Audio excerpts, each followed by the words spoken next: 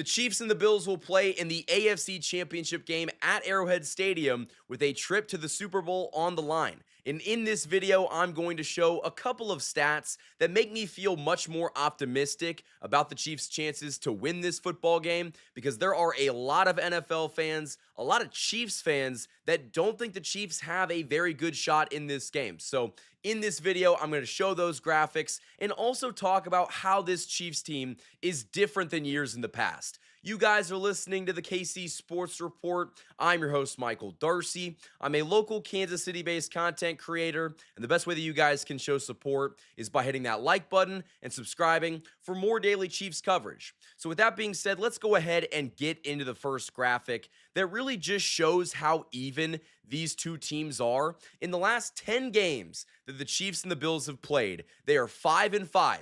They both have 5 wins. They both have 5 losses. The points for both teams are dead even at 251, and the points allowed is also dead even at 251 points. So it really doesn't get more even than this. And that's why when I hear a Bills fan talk confidently about how, we're going to beat the Chiefs this year, we own them in the regular season, and, this is our year in the playoffs, I point them to that graphic. The Chiefs and the Bills are about as even as it comes, but the Chiefs do have one advantage that I think could be a really big factor in the playoffs, and that is this. There have been 280 turnovers in the NFL since Week 12. The Chiefs have committed 0 of them. 8 straight games without a turnover is the longest streak by any team in the Super Bowl era, including the playoffs. That is a massive stat. The Chiefs have taken care of the football, and you saw in that Ravens-Bills game. The Ravens couldn't take care of it. They had 3 turnovers, and the Bills won by 2 points. In the playoffs, you get to the slimmest of slim margins, and the team that turns the ball over is likely going home. And so I do think that it is a very good thing that, the Chiefs have taken care of the football in the last 8 weeks of the season, and Buffalo's been very good at that this season, and their turnover differential is actually very good. But who do you trust in a road playoff game, or for the Chiefs, a home playoff game, in a conference title game to take care of the football? I trust the Kansas City Chiefs. I trust Patrick Mahomes and this offense to not make a mistake because they have not done that. And I think they understand that if they turn the ball over once, if they go, and lose the turnover battle by 2, they could lose this game. And I don't expect them to come out and play sloppy football. I really don't. So those two stats about how these two teams are basically dead even when it comes to wins and losses, points allowed versus points scored, I'm not concerned that the Chiefs cannot keep this game close. This game is likely going to come down to who has the ball in their hands last, and if the Chiefs can play their cards right, it could very easily be them. But another stat that I wanted to show, because we keep hearing that Buffalo is just a team of destiny. Buffalo is just this juggernaut on offense and, a defense that is aspiring and they're getting better every week. We keep hearing how injuries didn't play a factor in that first game.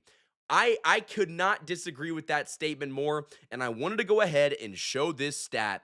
The Chiefs are a completely different team. The last time the Chiefs played the Bills, they didn't have Charles Omenihu, Hollywood Brown, Jalen Watson, and Isaiah Pacheco. Also, Joe Tooney wasn't even playing left tackle. Back then, when the Chiefs played the Bills, it was Wanye Morris who was the starting left tackle in this game. Wanye Morris is god-awful at left tackle, so it's no wonder the Chiefs lost this football game. But also, if you just look at the final score of that game, the Bills beat the Chiefs in Buffalo by the final score of 30-21. I view that as, the Chiefs didn't make a couple plays here, and the Buffalo Bills capitalized on a few big downs where Josh Allen turned that 4th and 2 into a giant touchdown run where nobody stopped him. They didn't have a spy on Josh Allen on that play. The Chiefs did not play their best football game. They didn't get blown out like a lot of teams do to the Buffalo Bills.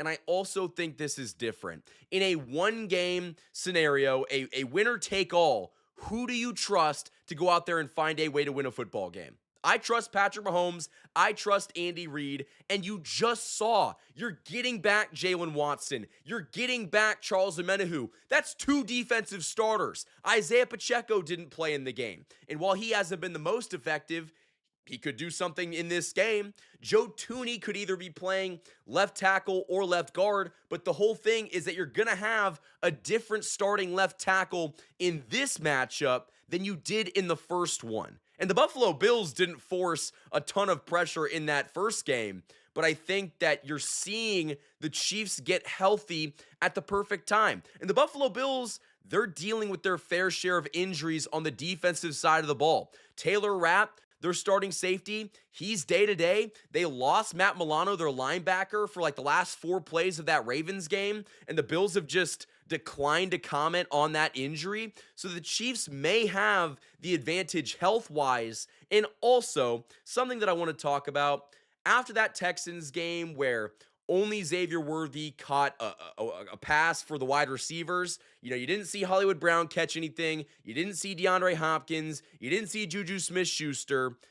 A lot of people are wondering if the Chiefs were holding back all of their offensive game plan for the Buffalo Bills to not put anything on tape. They might have just gone out there against the Texans and said, hey, Travis Kelce is going to beat you guys. And so they used Travis Kelce. But another thing, a stat that I saw on Twitter earlier this morning, the Buffalo Bills really struggle to cover the tight end, which absolutely checks out because you saw Noah Gray carve up that defense in the first matchup. And you're telling me that Travis Kelce in this playoff mode couldn't expose that Bills defense? I think he could absolutely cook. I think Travis Kelce could easily go for $110 and 2 touchdowns if the football is going his way. But also, let's talk about some of the guys in this offense that are going to be highly motivated to go out there in this conference championship game and have a good performance. You've got guys like Kareem Hunt, DeAndre Hopkins, Hollywood Brown that have never played in this moment. This is an opportunity for them to go to a Super Bowl for the first time. And if you think that's not a huge motivating factor, I don't know what to tell you. Those guys are going to be highly motivated to go out there and give it their best shot. You've got Travis Kelce, who had that little golf clap after the Bills beat him back in the regular season. He's going to be motivated. Patrick Mahomes is the most competitive human being on the face of the planet. I just think that these two teams are very different now than they were back when they played in the regular season. I mean, no one is looking at last year's playoff game and just automatically assuming that the Chiefs are going to win this game, because even though the Chiefs are 3-0 in the playoffs against Josh Allen and this Bills team, that doesn't just automatically mean that you can chalk up this game to a win. Like, you can't do that. It's the NFL. The Buffalo Bills are a great football team. Josh Allen is an MVP candidate, and in my mind, he probably should win MVP. This is going to be a very tough matchup for this Chiefs team. But at the same time, I'm not going to bet against them. I'm not going to say that Andy Reid is not going to have an absolute offensive masterclass in this game to go along with a Steve Spagnuolo heater. I think Spags is going to have the perfect game plan to limit what Josh Allen does. He's had that solution, the past 3 playoff runs. The thing with Josh Allen, you can't stop him. He's like Patrick Mahomes. You cannot stop Josh Allen. You just need to limit him, and you need to have the offense, the Chiefs' offense, on the field with 5 minutes left in this game. Do not let Josh Allen touch the football in the remaining 3 minutes of this football game. But you also saw in that Bills-Ravens game, Josh Allen didn't play that well because he didn't need to. James Cook was running the football so well against that Baltimore defense, they didn't need Josh Allen to be Superman. That might be a very different case in this game. The Chiefs stopped the run well. Josh Allen is probably going to have to throw very well in this game. He's going to look for Khalil Shakir. He's going to look for Mac Hollins. He's going to look for, his tight ends, Dalton Kincaid and Dawson Knox. Those are 2 players that he is going to try to find over the middle.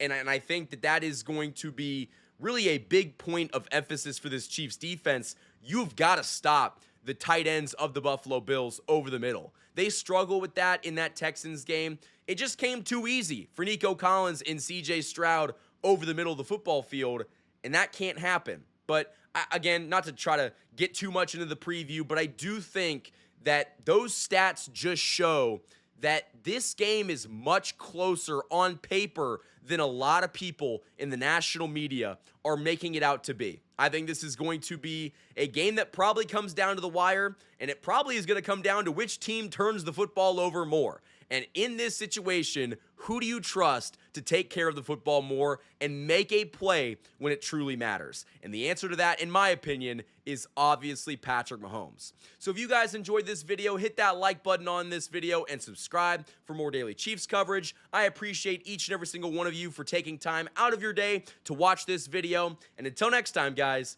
thank you for watching. And as always, go Chiefs.